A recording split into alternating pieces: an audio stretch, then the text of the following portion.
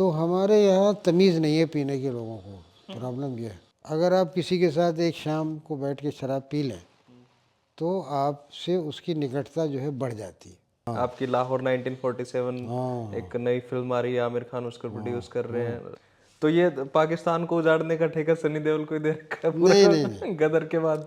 और सनी देओल बहुत पोलाइट आदमी है, बहुत ही नाइस आदमी है, बहुत ही हम्बल आदमी है। शबाना आज़मी कर रही है माही का रोल। लाहौर जो है वो सेंटर हुआ करता था एजुकेशन का, कल्चर का, म्यूज़िक का, लिटरेचर का, आर्ट का। अब अगर आप लाहौर जाओ और पता चल जाए कि आप इंडिया से आए हो तो वो चाय वाय वाले आपसे चाय के पैसे नहीं लेंगे। और गोली से मरना तो सबसे अच्छी बात है। अस्पताल में मरने से अच्छा है इच्छा रही है क्या आपकी कि गोली आदमी, से मरने की? बिल्कुल बिल्कुल अभी भी है। आपने संवाद क्यों करवाया गोडसे और गांधी का? भैया गांधी एक ऐसी पर्सनालिटी है कि जो कि सेंचुरीज में पैदा होता है। महात्मा गांधी का कराची तक में इतना जलवा था, अगर गांधी जाते पाकिस्तान तो क्या वीज़ा लेके जाते पासपोर्ट बनवा के? पाकिस्तान की ट्रेजेडी ये है कि वहाँ कोई टाटा नहीं है, टाटा नहीं हुआ कोई। पाकिस्तान की ट्रेजेडी ये है कि वहाँ पर कोई मुंबई नहीं है। घुमक्कड़ी में जो आप सीखते हो वो कॉलेज स्कूल में नहीं सीख सकते हो।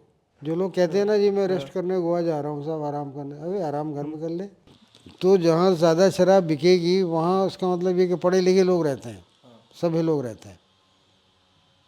और जहाँ नहीं बिकेगी वहाँ कच्ची पी करके मरने वाले लोग हों।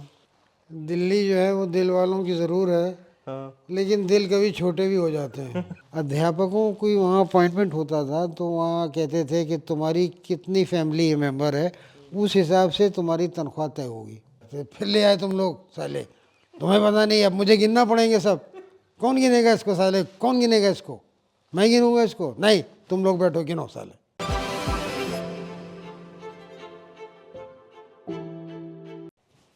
सर क्या हालचाल, कैसे हैं आप?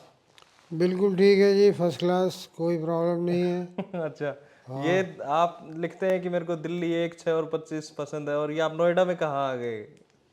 देखो ऐसा है कि अब दिल्ली जो है वो दिल वालों की ज़रूर है, हाँ। लेकिन दिल कभी छोटे भी हो जाते हैं, अच्छा। है ना।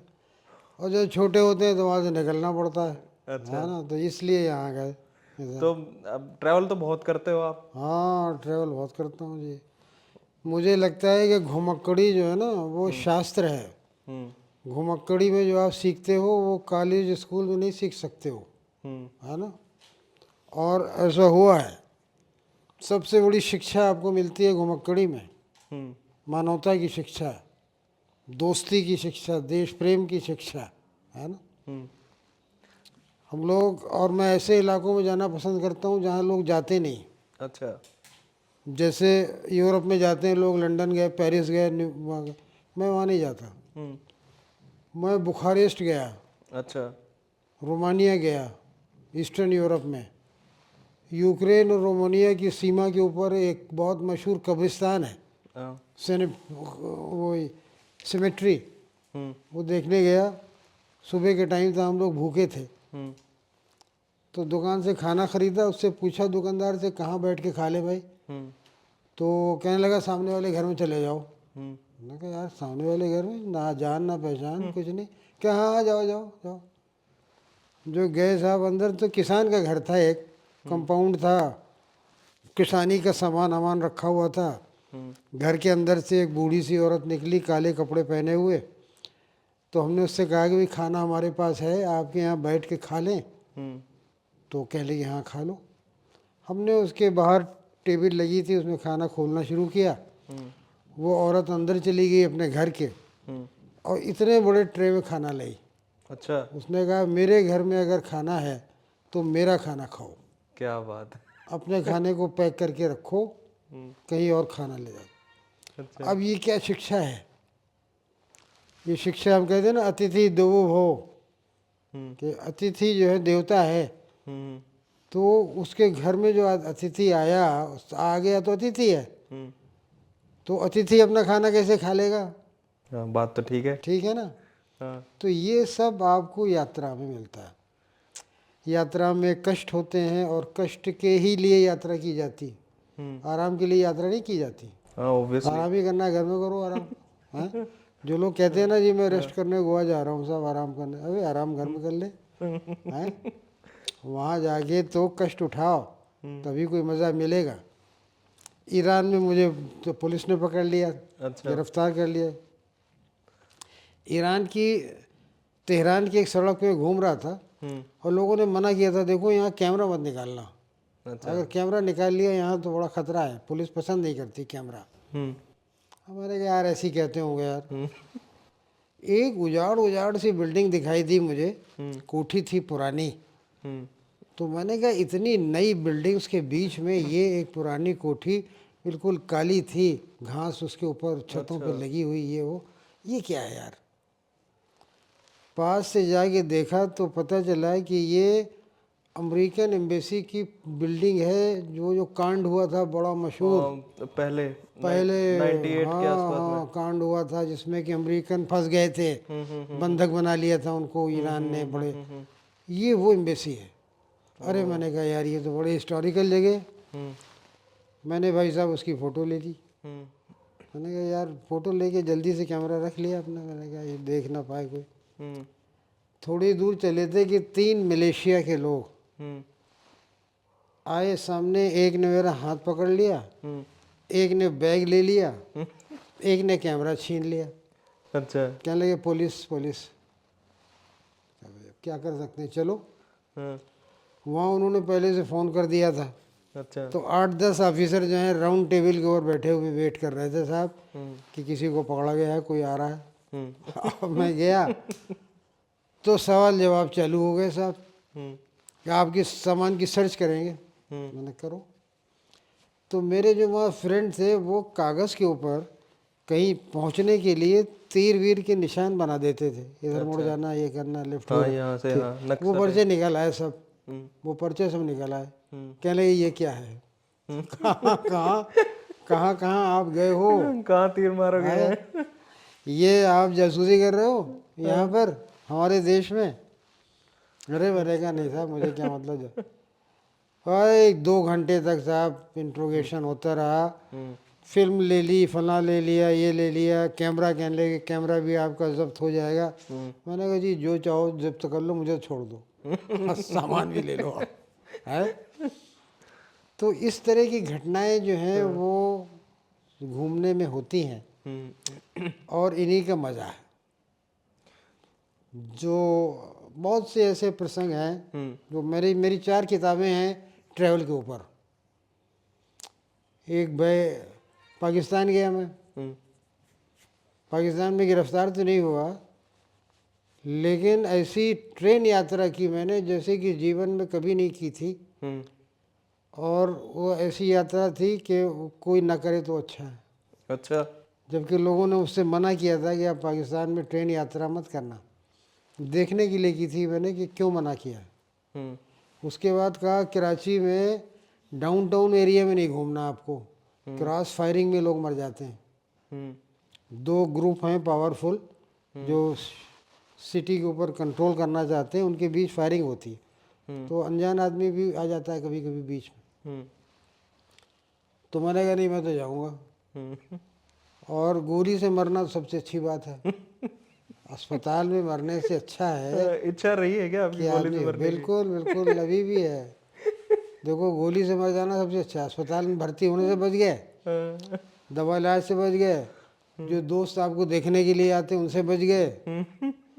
कि लोग आते तो देखने के लिए मरीज को, लेकिन दिल में क्या कहते हैं, अरे साला ऐसा होता यार, ये भी जाना पड़ेगा, जाना है यार जाना है, अब क्या करें, अब निभाना पड़ेगा। वो भी सब बच जाते हैं किसी परेशानी से। तो कराची में उस डाउनटाउन में घूमते हुए मुझे एक बहुत बढ़िया चीज़ मिली। वहाँ की चैम्बर ऑफ कॉमर्स की बिल्डिंग मिली जिसके ऊपर पत्थर लगा था कि ये 1932 में 32 में महात्मा गांधी ने वो किया था इनाग्रेशन इसका। क्या बात है। तो महात्मा गांधी का कराची तक में इतना जलवा था 1932 में कि उनको बुला के वो बिल्डिंग इनाग्रेट कराई, है ना। तो ये है भाई साहब। सर पाकिस्तान से बड़ा खास संबंध है आपका। हाँ क्या है पाकिस्तान आपके लिए? देखो पाकिस्तान 2 हैं। एक पाकिस्तानी सरकार है जो नहायत ही गंदी है, ख़राब है, बेहुदा लोग हैं, समझदारी नहीं है, साले पूरी कंट्री को डुबो दिया। एक पाकिस्तान के लोग हैं, है ना। लोग हर कंट्री के, उनके अंदर मानवता होती है, उनके अंदर इंसानियत होती है, उनके अंदर भलमनसाहत होती है। अब अगर आप लाहौर जाओ और पता चल जाए कि आप इंडिया से आए हो, तो वो चाय वाय वाले आपसे चाय के पैसे नहीं लेंगे। अच्छा। नहीं लेते, कहते हैं आप हमारे मेहमान हो, पड़ोसी देश से आए हो। लेकिन सरकार जो है वो तो ये चाहती है कि बिल्कुल डंडा चलता रहे, युद्ध होता रहे, आतंकवादियों को भेजते रहो, है, इंडिया को तंग करते रहो, परेशान करते रहो, है ना। तो दो रूप हैं उसके देश के। तो हमें सरकार से क्या ताल्लुक है भाई, है ना। हम तो जाते हैं, और वहाँ के जो बुद्धिजीवी हैं वो अपनी सरकार के विरोधी हैं। अच्छा। तो हम जो उनसे मिलते हैं जाके, तो वो अपने देश की हमसे इतनी आलोचना करते हैं कि हम लोग नहीं करते अपने देश की उतनी। और अपने वाले देश की, है, हिंदुस्तान की, बहुत प्रशंसा करते हैं। अच्छा। जानते हो क्यों? उसके रीज़न है, हमारे एजुकेशन, हमारे यहाँ साइंस और टेक्नोलॉजी का डेवलपमेंट, हमारी इकोनॉमी, हमारी मार्केट, हमारी फिल्म इंडस्ट्री, समझे साहब, हमारा टाटा। कह रहे हैं कि पाकिस्तान की ट्रेजेडी ये है कि वहाँ कोई टाटा नहीं है, टाटा नहीं हुआ कोई। पाकिस्तान की ट्रेजेडी ये है कि वहाँ पर कोई मुंबई नहीं है।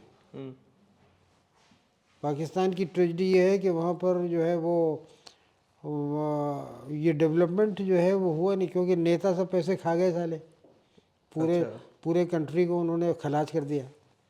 सर, लाहौर की आपने बात करी, लाहौर से मेरे को नसीर का कैरेक्टर याद आ गया आपकी। लाहौर क्या, लाहौर नहीं देखा, वो जमे ही नहीं। जिस लाहौर नहीं देखे वो जमे ही नहीं। हाँ, उसमें वो आपके कितने करीब है वो, आपकी झलक है उसमें कैरेक्टर में? नहीं देखो, वो तो मैंने पढ़ा था कहीं कि लाहौर में एक बूढ़ी औरत रह गई थी, है ना, और फिर उसका संबंध जो है लोकल लोगों से कैसे हुआ, क्या हुआ। और मैं ये मानता हूँ कि देखो, मतलब आदमी आमतौर से अच्छे होता है ना, उसको गलत बनाया जाता है, उसकी फीडिंग ऐसी की जाती है कि साले के दिमाग को ख़राब किया जाए।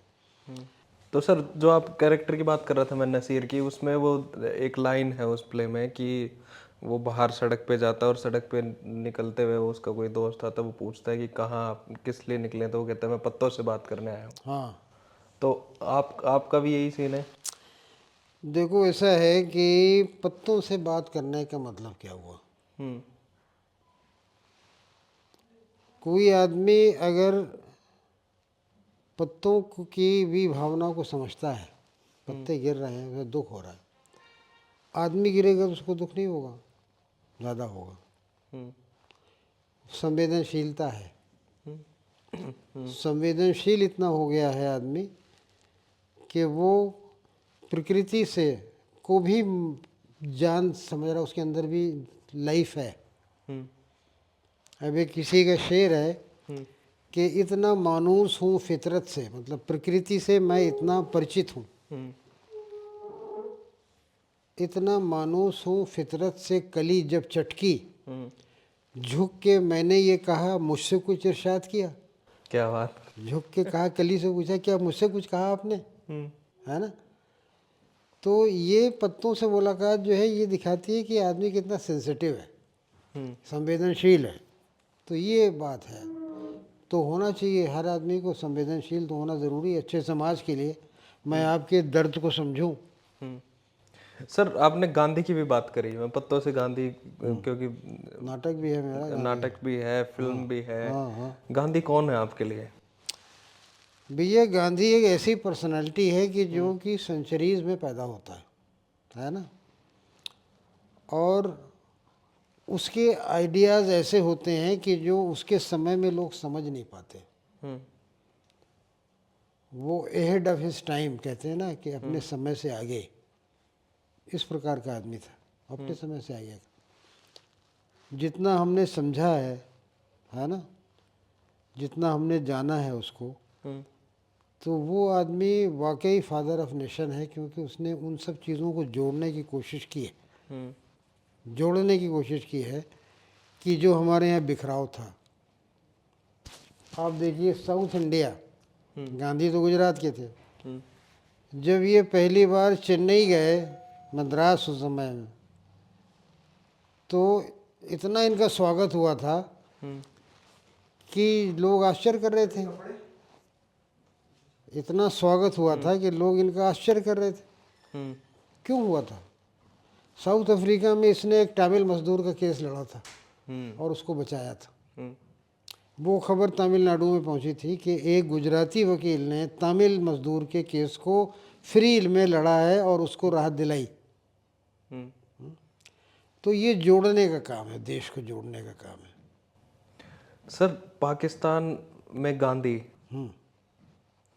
वहां जाना चाहते थे। हाँ हाँ उसके ऊपर आपने खूब हाँ, लिखा नाटक भी है। लिखा। उसके बारे में बताइए।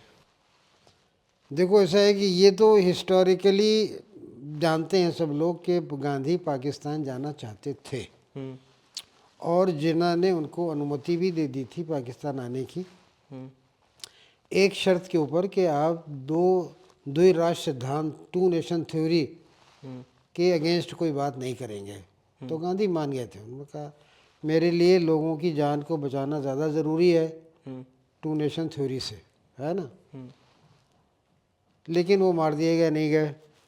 मैं 1-2 सवाल पूछ रहा हूँ आपसे, अगर गांधी जाते पाकिस्तान तो क्या वीज़ा लेके जाते, पासपोर्ट बनवा के? वो तो उन्होंने कहा ही नहीं, और ना वो ज़रूरत थी उनको। आप कहीं बिना वीज़ा बिना पासपोर्ट के जा रहे हो, तो इसका मतलब क्या हुआ? वो दूसरा देश नहीं है। दूसरा देश नहीं है।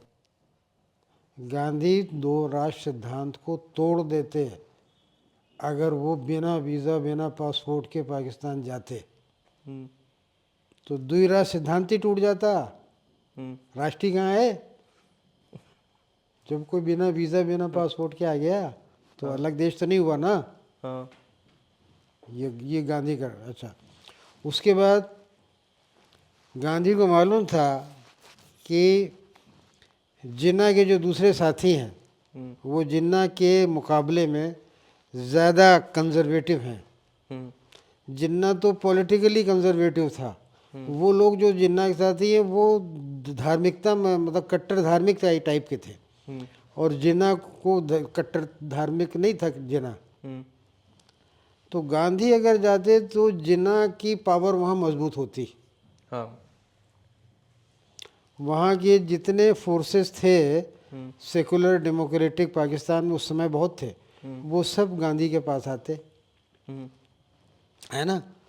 और जो वहाँ की कंजर्वेटिव फोर्स है वो कम होती, कमज़ोर होती, है ना। बिल्कुल। तो गांधी के पाकिस्तान जाने से एक बहुत बड़ा चेंज होता जो कि होते होते रह गया। समझ गया? गॉड से बीच में आ गए।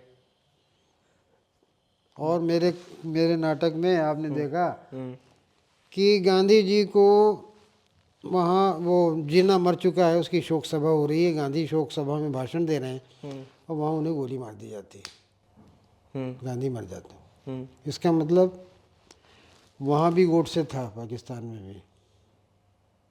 और गोडसे कोई व्यक्ति नहीं है, वो एक मानसिकता है, मानसिकता है, कट्टरता है, मानसिकता है, घृणा की मानसिकता है, अपराध की मानसिकता है, किलिंग की मानसिकता है। राजनीति नहीं है।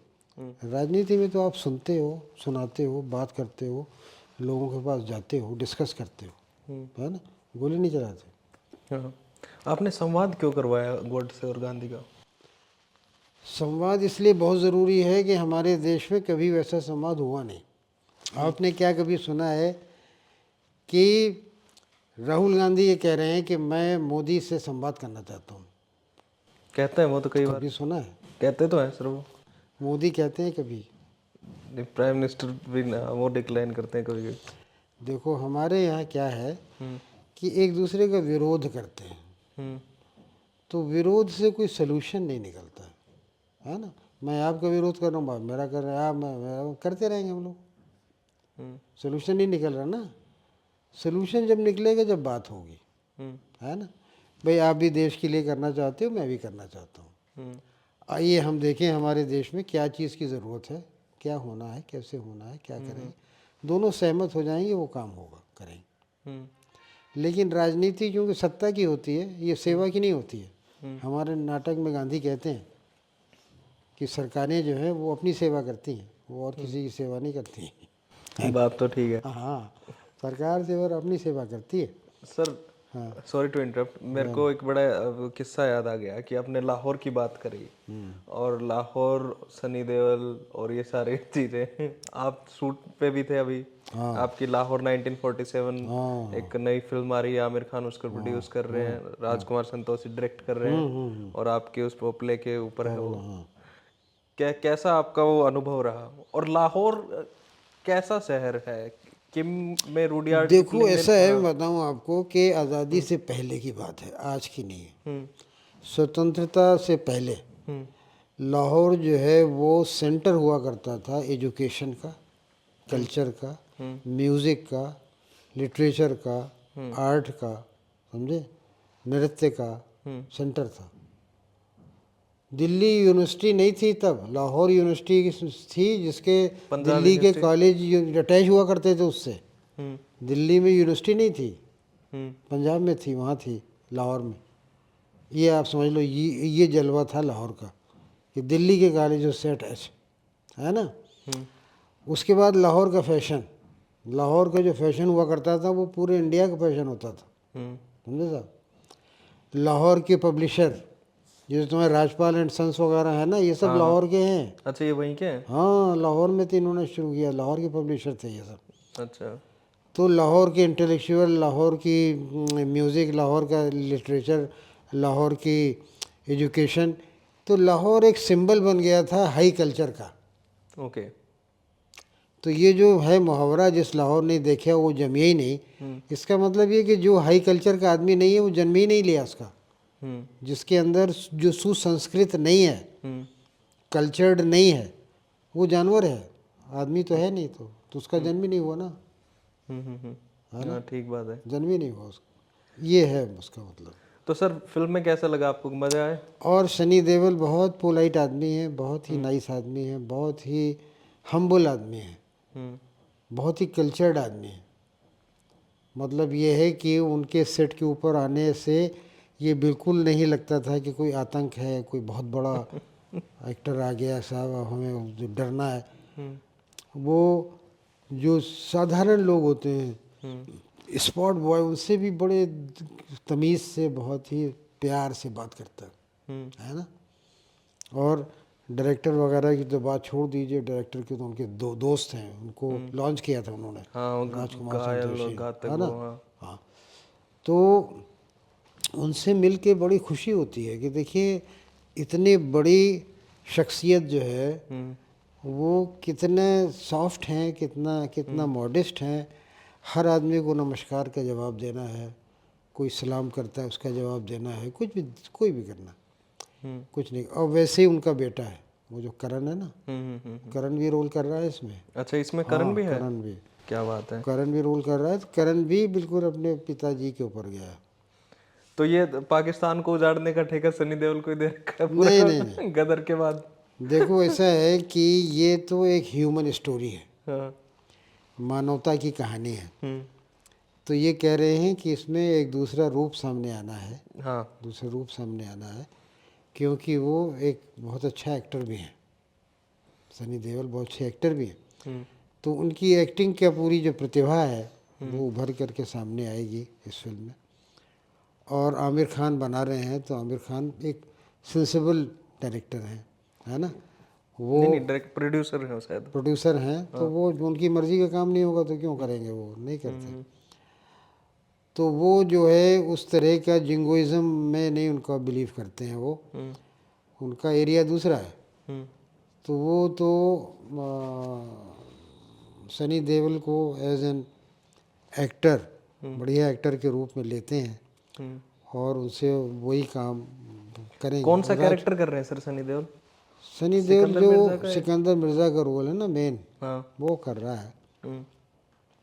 और शबाना, और वो शबाना आज़मी कर रही है माई का रोल। अच्छा, माई का शबाना आज़मी कर रही है, क्या बात है। हाँ, तो शबाना को आप जानते हैं, बहुत बढ़िया एक्ट्रेस है। हाँ, कोई मुकाबला नहीं उनका। हाँ, उसका नहीं है। और दूसरा ये है कि और भी रोल हैं, लेकिन ये दो मुख्य रोल हैं। तो और इसमें एक प्रकार की, अब आपको मालूम है कि ये बैन हो गया था प्ले लाहौर पाकिस्तान में, हाँ। और ये कहा गया था कि राइटर इंडियन है, हम्म।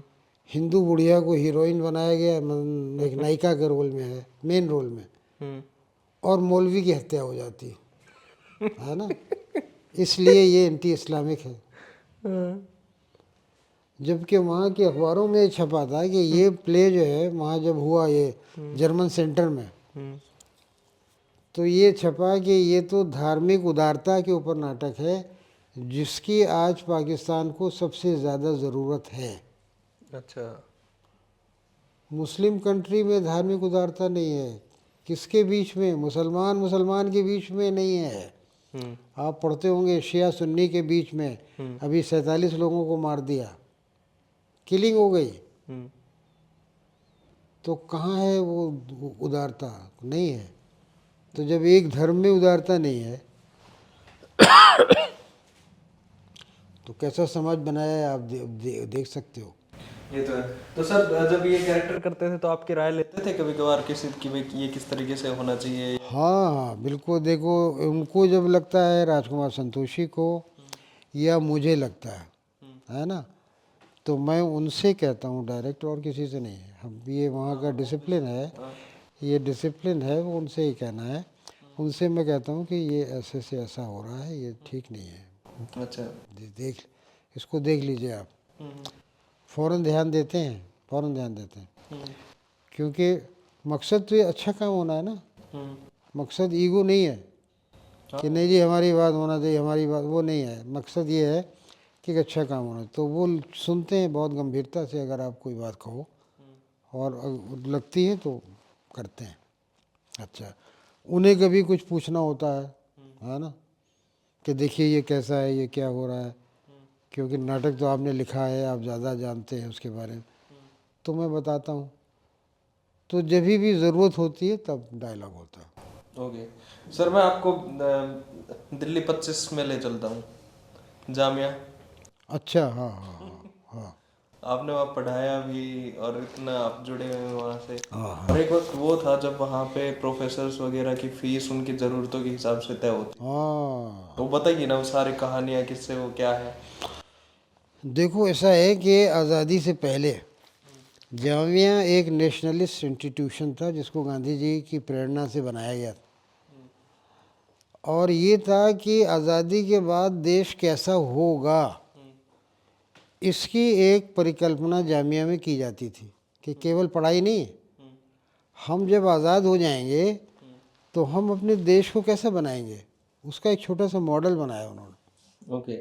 जैसे जामिया गांव को अडॉप्ट किया उन्होंने, और गांधी जी का जो कॉन्सेप्ट था सेल्फ सफिशिएंट विलेज, आत्मनिर्भर गांव, तो वहाँ एक दुकान खुलाई, दर्जी की, एक बढ़ई की, एक तेली की, एक नाई की, एक फलां की, एक फलां की, ताकि वहाँ पर ये प्रयोग किया जाए कि ये आत्मनिर्भर गांव जो हमारे हुआ करते थे प्राचीन भारत में, तो वो कैसे थे और उससे हम कैसे इकोनॉमी को अपनी कंट्रोल कर सकते हैं। ठीक है। समझ गया? तो जामिया ने ये काम किया। अध्यापकों की वहाँ अपॉइंटमेंट होता था, तो वहाँ कहते थे कि तुम्हारी कितनी फैमिली मेंबर है, उस हिसाब से तुम्हारी तनख्वाह तय होगी। जैसे किसी ने कहा जी मेरे 4 बच्चे हैं, तो उसकी तनख्वाह उससे ज़्यादा होगी जिसने कहा 2 बच्चे। अच्छा। एक क्रिश्चियन टीचर आए, तो उनसे कहा आपके क्या खर्चे हैं, तो उन्होंने बताया और ये कहा कि मैं जी विस्की पीता हूँ। क्या बात। अब देखिए, मुस्लिम इंस्टीट्यूशन है, कैंडिडेट ये कह रहा है कि मैं विस्की पीता हूँ, तो सिलेक्शन कमेटी ने कहा कि कितने पैसे की विस्की आप पीते हैं, क्योंकि वो आपका खर्चा है ना।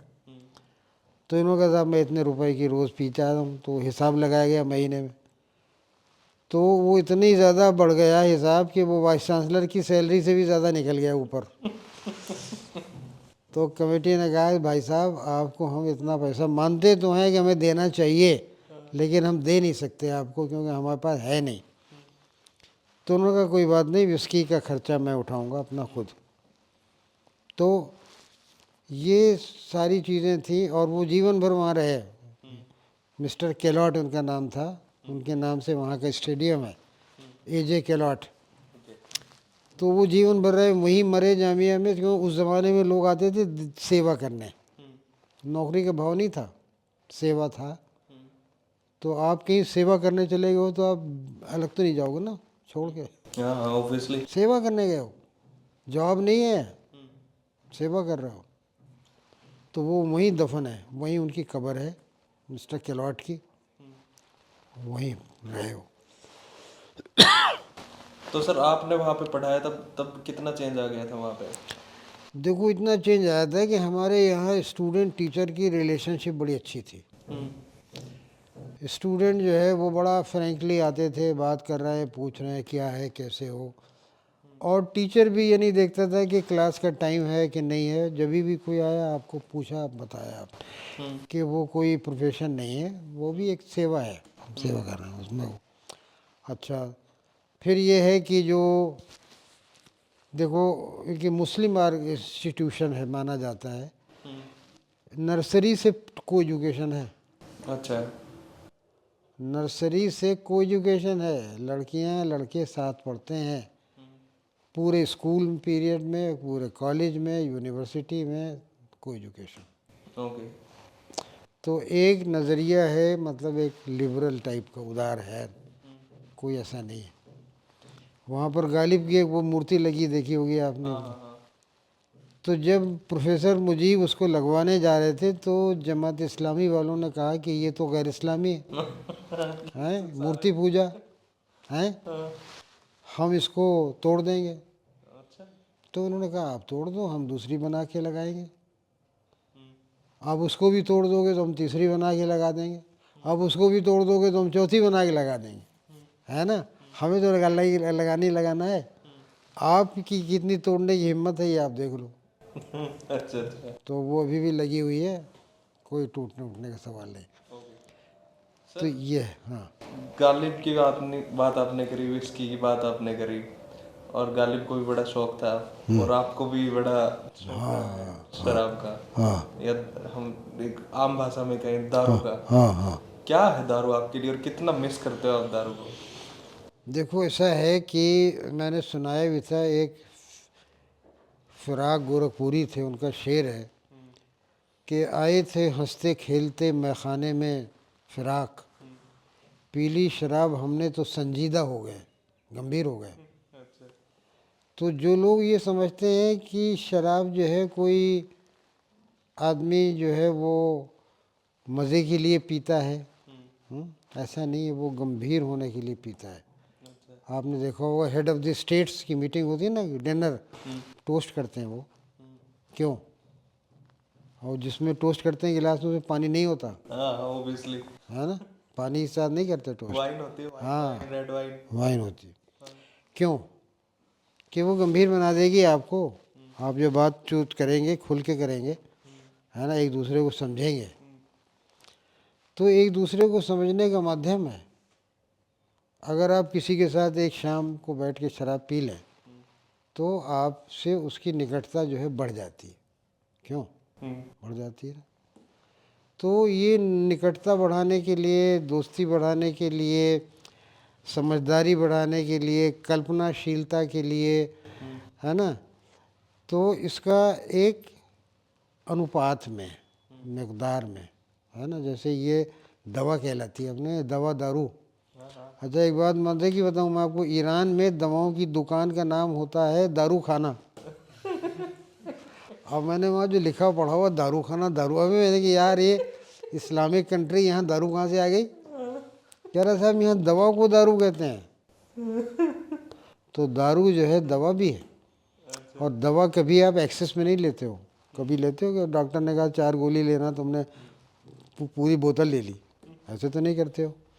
इसी तरह से दारू भी जो क्वांटिटी है, क्वांटिटी में होना चाहिए, अच्छी कंपनी में होना चाहिए, अच्छे भोजन के साथ होना चाहिए, जिसको आप इंजॉय करो, है ना। कभी आप गंदी जगह गंदे लोग मतलब इस तरह के उसमें वो ठीक नहीं है। तो शराब से का लोग समझते नहीं हैं इसके महत्व को।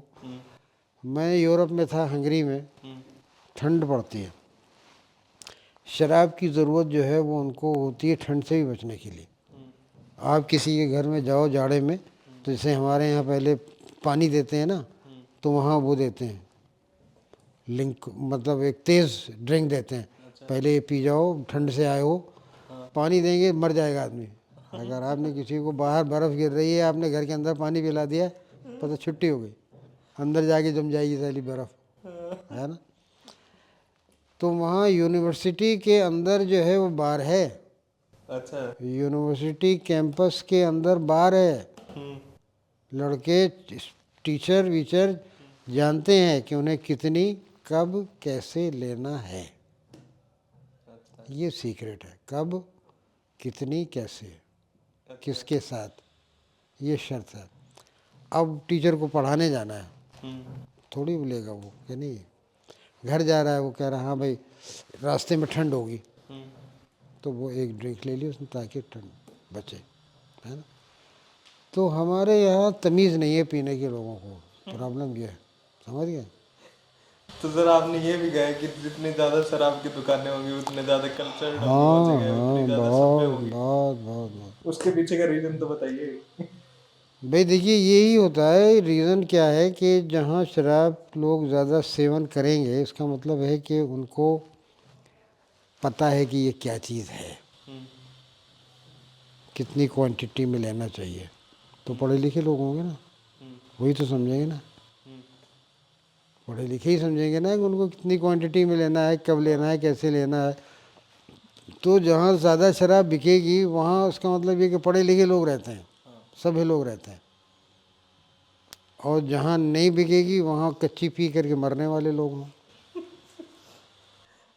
विंस्टन चर्चिल ने एक जगह पे लिखा है कि, लिखा नहीं कहा था कि I am up for it until और अनलेस ये किसी बच्चे के मुंह से निवाला ना छीन रही हो, या इसको आपको एंजॉय करना आता हो। हाँ, बिहार में देखो आप, बिहार में क्या हो रहा है, हाँ, वो मर रहे हैं लोग, मरते हिंदुस्तान के लोगों को तो पीनी आती ही नहीं दारू, नहीं। उनको ये नहीं पता कब कब पीनी है, किसके साथ बैठ के हिंदुस्तान पीनी के है, कितनी लोगों पीनी है। हिंदुस्तान के लोग अपना अतीत बहुत भूल चुके हैं, उनको चाहिए कि वो उसको ध्यान करें। देखिए अंगूर की शराब हमारे यहाँ बनती थी, पुराने ग्रंथों में आपने देखा होगा, लोग पीते थे, लेकिन वो सब भूल गए। सेक्स के बारे में इंडियन भूल गए, उनको कुछ पता ही नहीं। जबकि कामसूत्र जैसी पुस्तक हमारे यहाँ लिखी गई, तो सेक्स जो है वो एक ज्ञान है, शास्त्र है।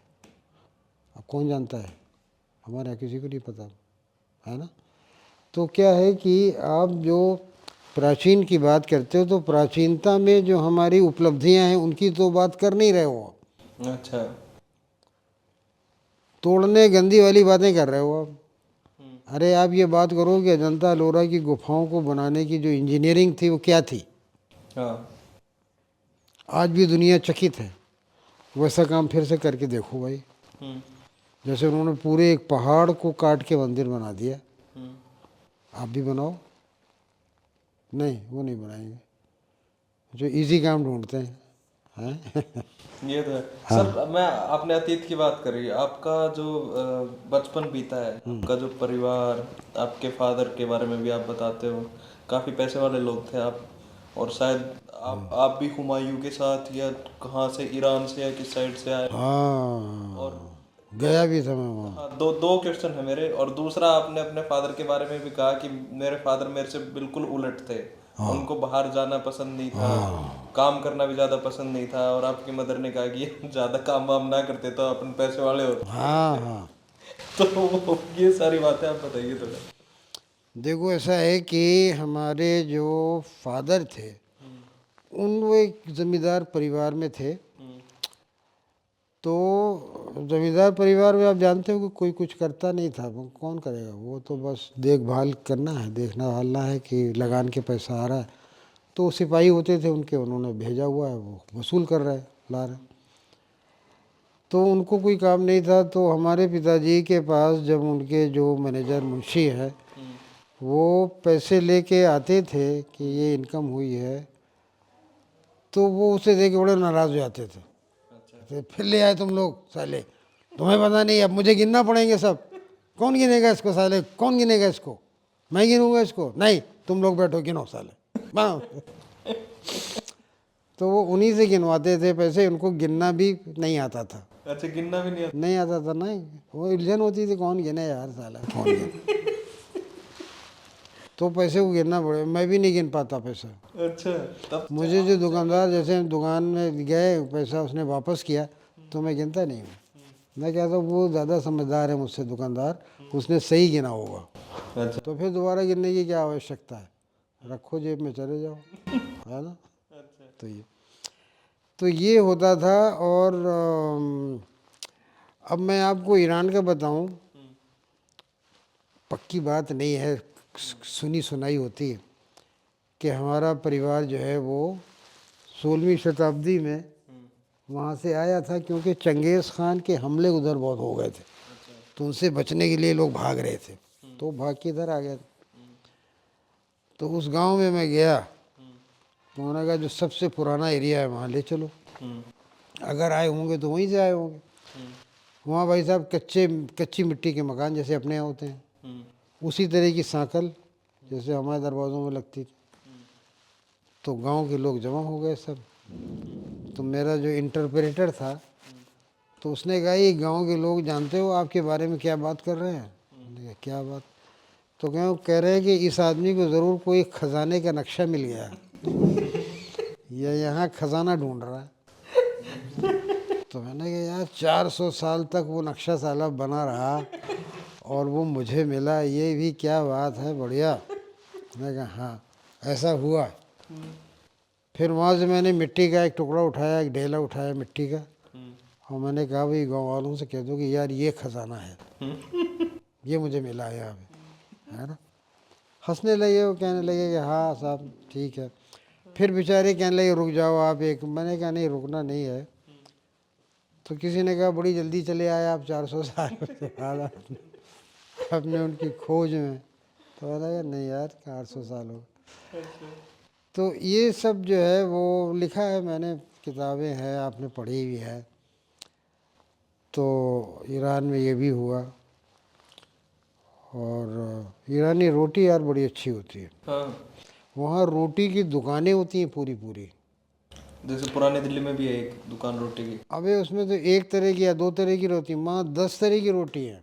अच्छा। हाँ, इतनी हर दुकान में चारों तरफ रोटी रोटी भरी हुई है, आप कैसी रोटी खाओगे। और उनकी जो रोटी होती है वो लोग घर में नहीं बनाते रोटी, तंदूर से लेके जाते हैं, जैसे अपने यहाँ पंजाब में है। और मैंने देखा ही नहीं कि कोई आदमी तंदूर से वहाँ रोटी लेके जा रहा हो रास्ते में ना खाने लगे, इतनी स्वादिष्ट होती है, इतनी गर्म रोटी मज़े की होती है, रास्ते में खाते हुए जाते हैं घर, क्योंकि आप रजिस्ट ही नहीं कर सकते उसका जो उसकी सुगंध है। वो एक ख़ास तरह का पत्थर होता है, उसके ऊपर उसको बनाते हैं और कुछ हल्का सा मसाला ऊपर से डालते हैं, तो उसकी सुगंध जो है वो बड़ी मारक होती है। तो वो बहुत वहाँ का विशेषता है ओके रोटी। सर, आपने एक बार कहा कि मेरा तो अभी भी दिल करता है कि एक स्कूटर लेकर निकल जाऊं यात्रा पे हिंदुस्तान की। ले लिया स्कूटर आपने, अभी प्लान आउट कर रहे हो? अभी पार्टनर की तलाश है यार, कोई तैयार नहीं हो रहा। तो अकेले घूमने के ज़्यादा शौकीन हो? अकेले तो हैं, लेकिन ये कि स्कूटर कहीं ख़राब हो जाए यार, तो कम से कम एक आदमी तो हो। आप चलो। तो चलते हैं, डन। हमारे को भी घूमने फिरने का शौक है पूरा। तो निकालते हैं, और स्कूटर भी चला लेते होगे आप, वो भी बहुत अच्छी हाँ बात। हाँ, तो स्कूटर बस वगैरह ठीक है, कोई इशू नहीं। पैसे बैठो चलो। सर, लिखावट में आपने एक बात और कही है कि मेरे को शांति चाहिए लिखने के लिए, बाहर से भी शांति और अंदर से भी शांति। हाँ, पर लिखावट तो स्कूटर चलाने जैसा है। एक बार अगर आपको लिखना आ गया तो फिर शांति की जरूरत है। नहीं नहीं, देखो लिखना जो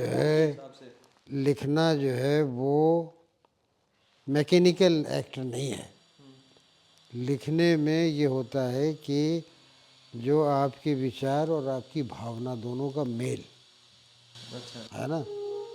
आप आपकी जो भावना है और आपके जो विचार हैं, इन दोनों का जब मेल हो जाता है तब आदमी लिखता है।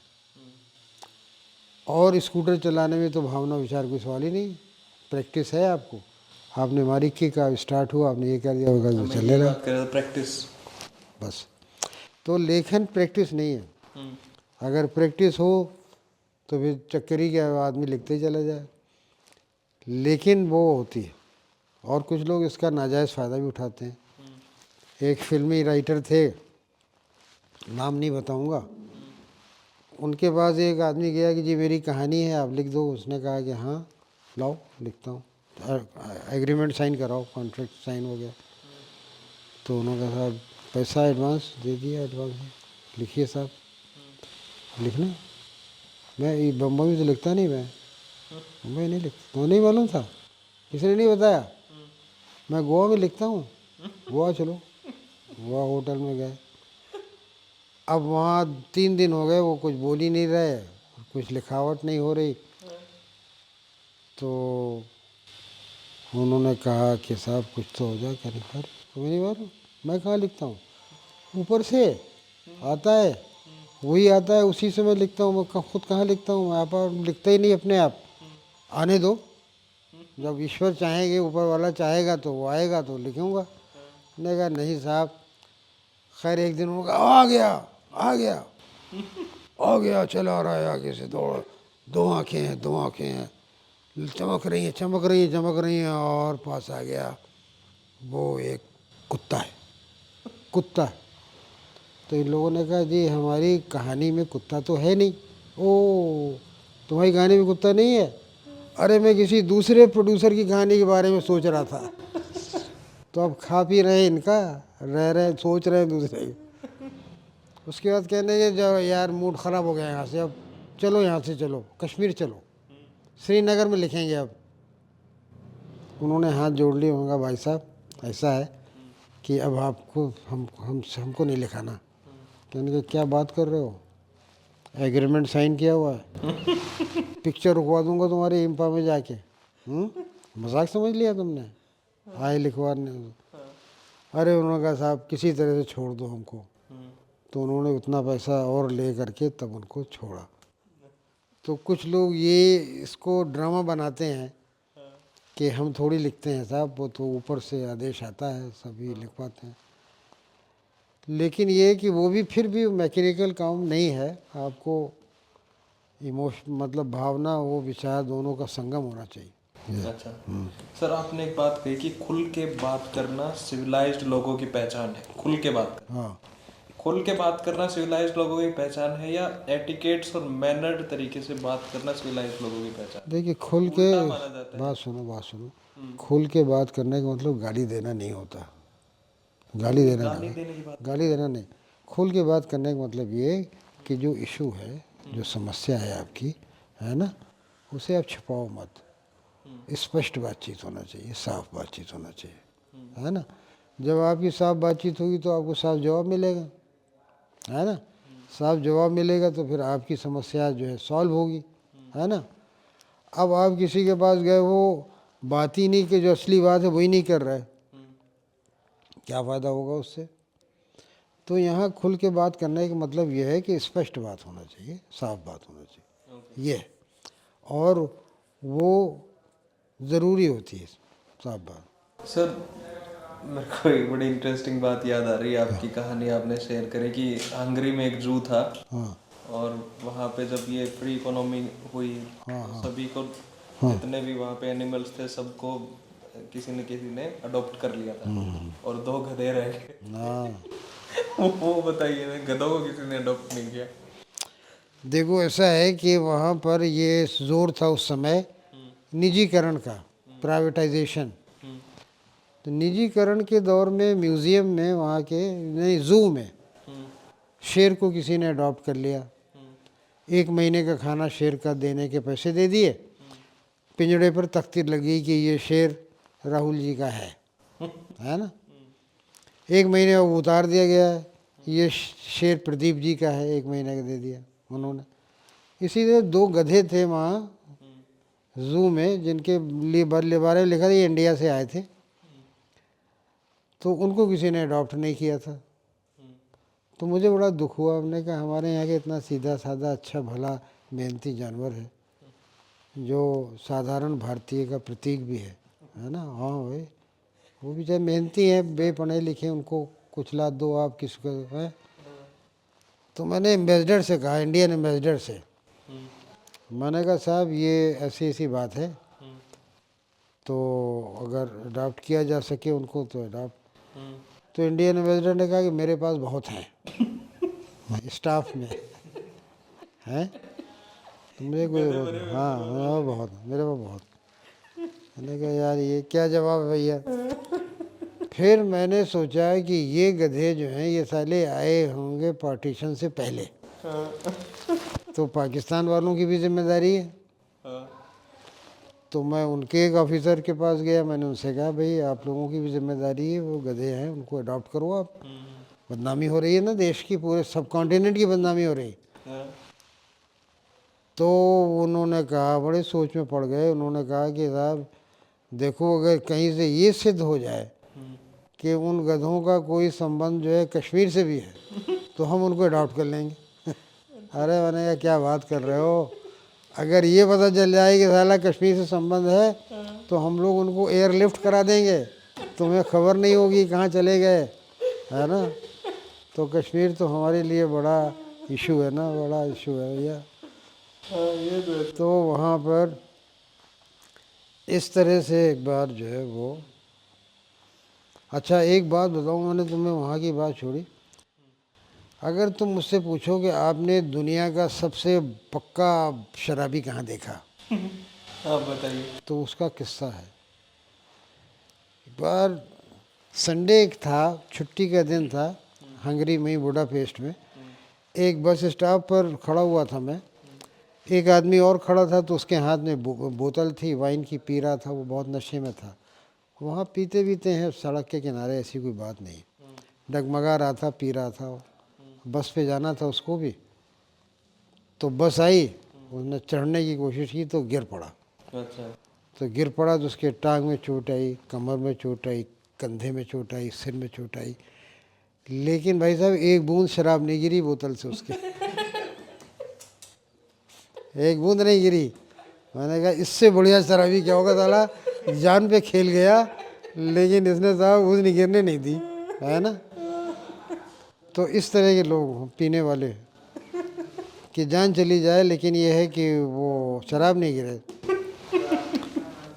तो ऐसे लोग भी थे वहाँ। और बताइए एक दो ऐसे किस्से। आप जब शराब पीते तो कैसे, किन लोगों के साथ ज्यादा बैठ के बात करना आपको? देखो हम तो जैसे मंगलेश डबराल थे, आप जानते हो, नाम सुना होगा। तो एक थे नेत्र सिंह रावत, दिनमान में काम करते थे। एक थे प्रमोद जोशी, ये सब अब रह नहीं गए, इसीलिए मैंने पीना छोड़ दिया। हम पीने वाले ही नहीं बचे, अब क्या करें, है ना। मधुशाला की भी लाइन। हाँ नहीं है ना, मतलब हाँ, कि जो पीते थे वो तो आ रहे नहीं। पीने वाले साइड। हाँ हाँ, तो ये लोग थे। और हम लोग पॉलिटिक्स की बात करते थे, सिनेमा पे बात करते, साहित्य की ओर बात करते थे, लिटरेचर पे बात करते थे, और वो बात कभी ख़त्म नहीं होती थी। एक दिन मंगलेश से मैंने कहा कि यार तुम अपने घर ना चलो, हम लोगों के सब अनमैरिड थे। हमने कहा हमारे साथ चलो, वहाँ हम हमारे कमरे पे सोना, बातचीत करेंगे। क्या नहीं नहीं यार मुझे अपने अपने जाना है, अपने कमरे पर। मैंने कहा क्यों, क्या काम है? क्या यार वो क्या काम है, क्या काम है? वो यार मुझे जाना कपड़े धोने हैं। मैंने कहा मेरे धो देना चलो। कंपनी दरअसल होती है, और उसके साथ आप जो है वो एंजॉय करते हैं, बातचीत करते हैं, खुल के बात होती है। तो ये था। 100 से ज्यादा। और देखिए कि हम लोग कनॉट प्लेस में उस ज़माने में जो जंतर मंतर था, जंतर मंतर बिल्कुल उजाड़ था, कोई फेंसिंग गेट फेट कुछ नहीं था। तो कॉफ़ी हाउस में हम लोग बैठते थे, और वो एक कोई आता था आदमी, कहता वो अपने अपने अजनबी होगा। अपने अपने अजनबी का मतलब था कि चंदा करके बोतल लेना। अच्छा, ये था। तो सब 5-5 रुपए दिया। और उस ज़माने में एक आती थी जुगादरी नंबर 5, उसका नाम था जुगादरी नंबर 5।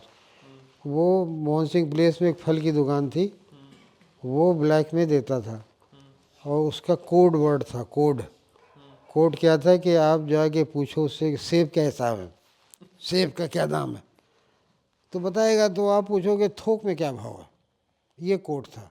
तो वो कहता था पीछे आ जाओ दुकान, तो वो पीछे आ जाओ, तो पीछे वो रखता था वो।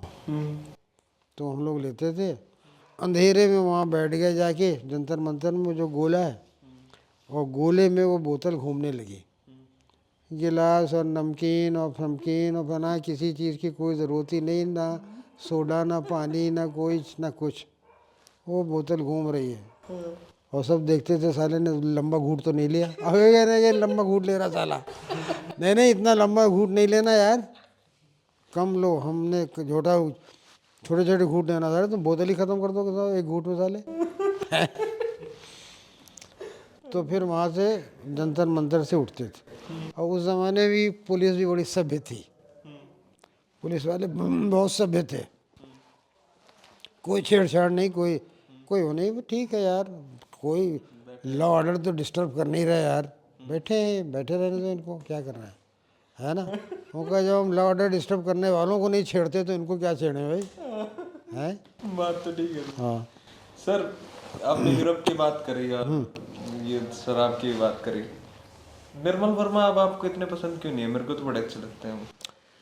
देखो अच्छा है, बहुत अच्छा है। निर्मल वर्मा ने जो पुराना लिखा है, जैसे परिंदे कहानी लिखी, लंदन की एक रात लिखी है, हाँ। जैसे उन्होंने बेदिन लिखा है, वो तो सब ठीक है। लेकिन बाद में क्या हुआ कि निर्मल वर्मा बहुत बौद्धिक हो गए, बौद्धिक हो गए, चिंतक हो गए, चिंतक हो गए। और लेखक बौद्धिक नहीं होता, चिंतक नहीं होता। ऐसा तो, ये तो बिल्कुल उलट बात। हाँ बता रहा हूँ तुम्हें क्यों नहीं होता। अगर वो चिंतक होगा ना तो फिलासफर हो जाएगा, जैसे कार्ल मार्क्स थे, जैसे हीगल थे, जैसे मान लो कि अपने विवेकानंद थे, है ना, ये चिंतक हो जाएगा लेखक। लेखक की अगर चिंतन बहुत भारी हो गया तो उसका लेखन जो है वो दब जाएगा, चिंतन हैवी हो जाएगा, समझ गए। हाँ, तो निर्मल वर्मा के यहाँ बाद में ये हुआ कि चिंतन हैवी हो गया। अंतिम अरण्य टाइप के जो उनके उपन्यास हैं उसमें चिंतन जो है हैवी, तो उसने लिटरेचर को दबाया।